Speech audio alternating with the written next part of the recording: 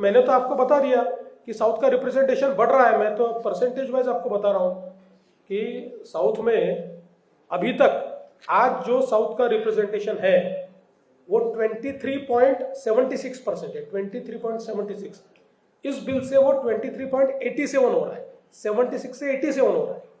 इसलिए सबको पता है ये महिला विरोधी है, इसलिए ये लोग इस प्रकार से काम करते हैं। सेशन के बाद भी ऊपर से भी काफी सवाल पूछे गए क्योंकि काफी सारे क्रूशियल स्टेट्स में इलेक्शन होने वाले हैं। जो एड्रेस प्राइम मिनिस्टर ने किया उसकी वजह से भी आचार संहिता का भंग हो रहा है, ऐसे भी कुछ पत्र लिखे गए। देखिए, आप आज करिए सेशन या कल करिए, इनके जो खाने के दांत है और दिखाने के दांत अलग है। ये दिखावा करते हैं, सिर्फ कल भी करते तब भी ये होता, आज भी करते तब भी ये होता। आपको पता है कि सेशन चल ही रहा है, यानी कोई नए सिरे से ऐसा कोई विषय नहीं है और इसकी अनाउंसमेंट भी बहुत पहले हुई।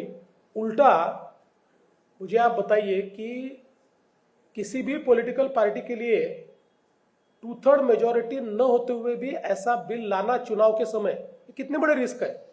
लेकिन मोदी जी उसका विचार नहीं करते। मोदी जी ने जो तय किया महिलाओं को न्याय देना, उस हिसाब से वो पॉलिटिकल उसके क्या रेमिफिकेशन होंगे इसकी कभी चर्चा नहीं करते। देखिए, जो 17 अप्रैल को घटा है इस देश के लोकतंत्र का काला दिन है। हमारे देश में महिलाओं के अधिकारों की लड़ाई 200-300 सालों से चली। बहुत बड़े पैमाने पर हमारे यहाँ पर जो समाज सुधारक थे उन्होंने सुधार लाए और सबसे आवश्यक ये था कि देश की लोकसभा में और विधानसभा में महिलाओं की सहभागिता को बढ़ाना, उसके लिए बिल लाया गया था। 2023 में सबने इसको समर्थन दिया और 2023 में इसको मान्यता मिली। उस समय यह तय हुआ था कि इस बिल को लागू करने के लिए सेंसस और डिलिमिटेशन किया जाएगा। उस हिसाब से चूंकि सेंसस ये कोविड के कारण 2026 में शुरू हुआ, तो सरकार ने अभी बिल लाया महिला आरक्षण लागू करना, उसके लिए डिलिमिटेशन करना, और चूंकि ये सेंसस 29 तक इस सेंसस के आधार पर नहीं कर पाएंगे तो 2011 के सेंसस के हिसाब से इसको पूरा करना। मुझे ऐसा लगता है कि जिस प्रकार से 2023 का संविधान संशोधन था उसी के अनुरूप ये कार्रवाई की गई थी। लेकिन जानबूझकर कांग्रेस हो, तृणमूल हो, डीएमके हो, सपा हो, एसपी राष्ट्रवादी हो या उबाठा हो, इन्होंने उसको विरोध किया। जहां तक डिलिमिटेशन का सवाल है उसमें भी सारे राज्यों को 50% सीटें ज्यादा मिली, तो देश भर का परसेंटेज तो सबका रिप्रेजेंटेशन का वही रहा। और ये भी लाने का कारण ऐसा है कि 1971 में हमने हमारी संख्या 543 पर फ्रीज की थी, तब हमारी जनसंख्या ये 45 करोड़ थी, 45 करोड़। अब हम 140 करोड़ है। 45 करोड़ के लिए भी 543 सीटें और 140 करोड़ के लिए भी 543 सीटें। इससे पीपल्स रिप्रेजेंटेशन एक्ट के तहत लोगों को संविधान ने जो अधिकार दिया है उस अधिकार का हनन हो रहा था। लेकिन नॉर्मल अगर पद्धति से डिलिमिटेशन होता तो साउथ के ऊपर जिन्होंने पॉपुलेशन कंट्रोल रखा उनके ऊपर अन्याय होता। अब आप देखिए, साउथ को भी इसमें फायदा था। उनकी जो जगह है आज उनका रिप्रेजेंटेशन 23.76% है, उससे बढ़कर वो 23.87% हो रहा था। किसी पर भी अन्याय नहीं हो रहा था और 2029 में हम इसको लागू कर देते तो महिलाओं का रिप्रेजेंटेशन आ जाता।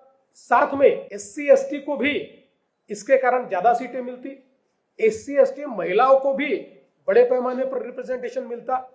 पर ये विरोधी पार्टियां बोलती कुछ है, करती कुछ है। एक चेहरे पे कई चेहरे लगा लेते हैं लोग। इस प्रकार से राहुल गांधी है, इस प्रकार से ये सारे नेता है, अपने चेहरे पर कई चेहरे इन्होंने लगाए हुए। ये महिला विरोधी है, इन्होंने विरोध करके, मैं आज दावे के साथ कहता हूं कि अगर एनडीए के पास 2/3 मेजोरिटी होती तो ये सब समर्थन में उतर जाते। उनको ये पता था। 2023 में भी उन्होंने समर्थन क्यों दिया? क्योंकि तब एनडीए के पास ही 2/3 मेजोरिटी थी, इसलिए उस समय समर्थन दिया। और वही विधेयक कोई उल्टा वो जल्दी लागू हो इसलिए वो संविधान संशोधन अभी आया तो उसको विरोध किया, ये महिला विरोधी है। हम लोग पूरे देश में और महाराष्ट्र में इसके खिलाफ अलग जगाएंगे, महिलाओं तक जाएंगे, महिलाओं का इतना बड़ा ज्वार खड़ा करेंगे, इतनी बड़ी लहर खड़ी करेंगे कि इनको आने वाले दिनों में अपनी भूमिका बदलनी पड़ेगी और इस बिल को समर्थन देना पड़ेगा। 2023 में संविधान संशोधन हुआ, तब आपने इसको मान्यता दी थी, तब आप क्यों नहीं बोले? दूसरा, 2002 में जो संविधान संशोधन हुआ है उसने भारत सरकार पर संवैधानिक जिम्मेदारी डाली है कि 2029 का चुनाव परिसीमन के साथ हो। उस समय आप क्यों नहीं बोले? आपने पूर्ण रूप से उसको समर्थन दिया, इसलिए अब ये बातें कोई मायने नहीं रखती। आज आपको ये ध्यान में आया कि अगर ये बिल मंजूर हो गया तो महिला आरक्षण हम किसी प्रकार से रोक नहीं सकते। अगर ये बिल मंजूर हो गया तो हमने आज तक जितने हथकंडे अपनाए महिला आरक्षण रोकने के, वो सारे हथकंडे अब नहीं चलने वाले, इसलिए उन्होंने इसका विरोध किया। मैं ऐसा मानता हूं, आप सोए हुए को जगा सकते हो, सोने का ढोंग करने वाले को जगा नहीं सकते। राहुल गांधी, प्रियंका गांधी, कांग्रेस सोने का ढोंग कर रहे हैं, इनको सब पता है। जिस तरीके से आपकी सरकार महिलाओं के लिए काम कर रही है, 543 लोकसभा की सीटें हैं, तो मैं महाराष्ट्र की बात करूं तो 288 सीटें हैं। क्या हम बिना आरक्षण लाए महिलाओं को भी उतनी सीटों में भागीदारी दे सकते हैं? 250 लोकसभा का 288 विधानसभा है, तो उसमें भागीदारी क्या हम दे सकते हैं? ऐसा कुछ हो सकता है या फिर हमें बिल लाना ही जरूरी है? बहन जी, अगर ये हो जाता तो बिल क्यों लाया जाता? आज तक अगर ये होता तो बिल क्यों लाया जाता? आप देखिए, SC ST को हमने रिजर्वेशन दिया।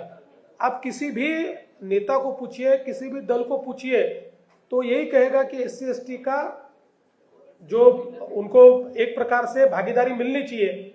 लेकिन अगर बिना आरक्षण के वो भागीदारी मिली क्या? नहीं मिली, क्योंकि अल्टीमेटली आपको जब तक आप सत्य एक्सेप्ट नहीं करते, ट्रूथ एक्सेप्ट नहीं करते, तो केवल भाषण होते हैं।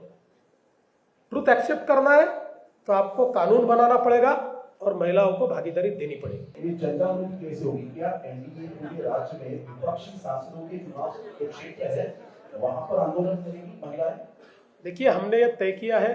कल तो बीजेपी ने एक बड़ा प्रदर्शन रखा हुआ है, हमारे एनडीए पार्टनर्स भी, शिवसेना हो, एनसीपी हो, ये भी अपने अपने तरीके से प्रदर्शन कर रहे हैं। हम साथ में भी प्रदर्शन करने वाले हैं और हम लोगों ने तय किया है कि हम लोग 1 करोड़ हस्ताक्षर महाराष्ट्र की महिलाओं की ओर से जमा करके ये कांग्रेस और उनके चट्टे बट्टे वाली जो पार्टियां हैं, इनका असली चेहरा जनता के सामने लाएंगे और हम मोदी जी को समर्थन देंगे।